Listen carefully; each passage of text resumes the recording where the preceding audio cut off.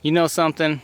I paid somebody some pretty good money to just come out here and just thrash this place. But you know what? It was worth every single penny. I'm just teasing, it's not that bad of a mess.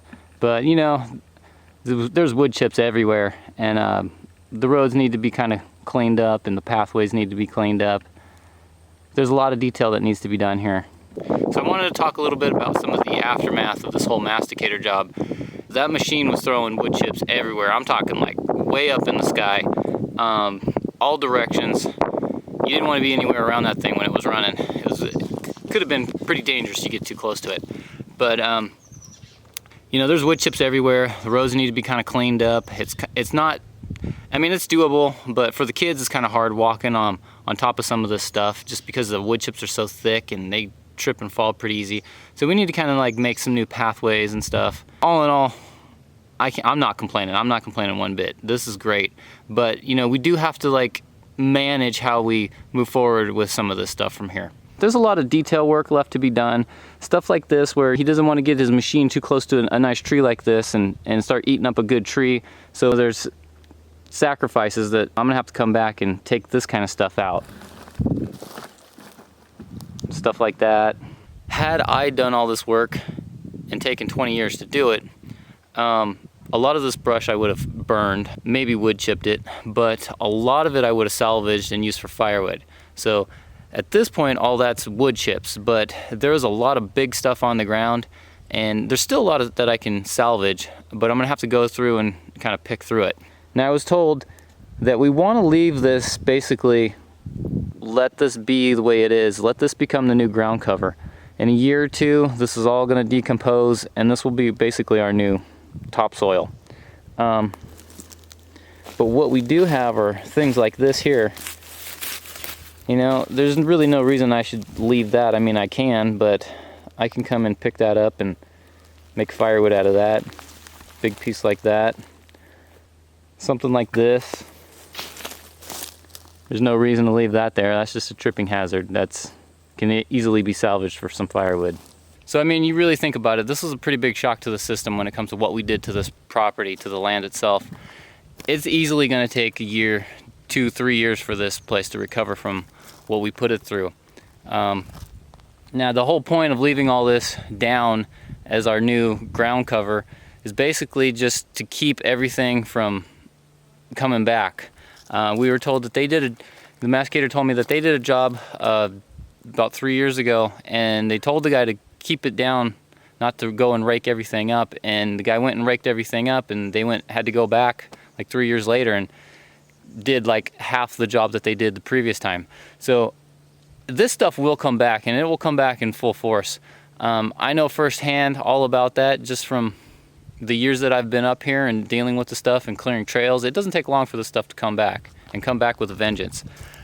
But having this stuff staying down as a cover is gonna prevent a lot of it. So I'm not gonna come in here and do any raking or pick this stuff up. I will get the big stuff that I can salvage for firewood. I don't see the point in leaving that down there.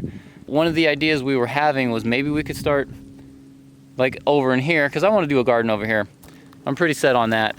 To kind of maybe speed up the process, we were thinking we could kind of put up some temporary fencing and put the horses over here and let them just kind of have this area for a little while as a temporary kind of situation, and you know, they'll pounce this stuff into nothing, and hopefully that'll speed up the process and I can get in here sooner than later and start making something happen.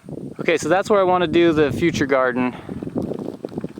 And as we spin here in a circle, basically the water tower is right up about there, and this whole area, this is like the lower end of the property, lower corner of it, and this is where I am for sure going to have the most amount of work that I'm going to have to do as far as details go, because just a lot of big trees.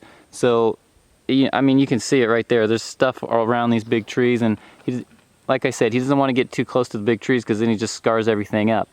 So there is going to be a lot of detail work that I have to do in here, and not only the stuff that's close to the trees, but it's like, you know, where's a good one at? But I'm gonna have to limb up stuff, you know, like this stuff here, you know. according to the county, I'm going to have to limb up these trees 10, 15 feet.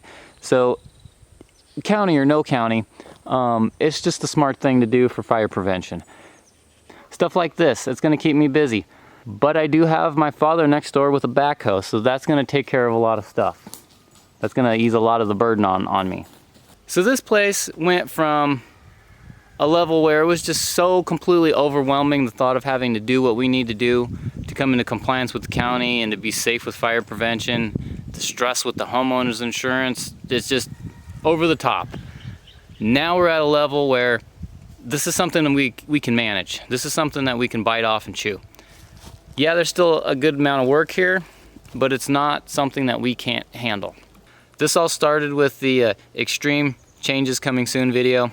I kind of went on a rant about why I'm going to do this, why I need to do this, and here we are with the aftermath of it. And you know, I did these videos for me. This was for me to look back on and remember and reminisce and watch my progress. That's really what it all came down to. But I want to say thanks to everybody that hopped on board and came along for the ride. It's been quite a process, and I really value these 10 videos. It means a lot to me. So I don't have a great before shot of this property before this whole process started. I had a hard time trying to get one just because I didn't want to keep other neighboring properties in the shot. But I have learned a lot since this all started. I've learned a few editing tricks. I've learned a lot more maneuvers with my drone. I've gotten a lot better at things. What I am going to do is I'm going to take a Google Earth shot, put it there, and then I'm going to take the best shot I can get with the drone and do an after shot and see what it looks like.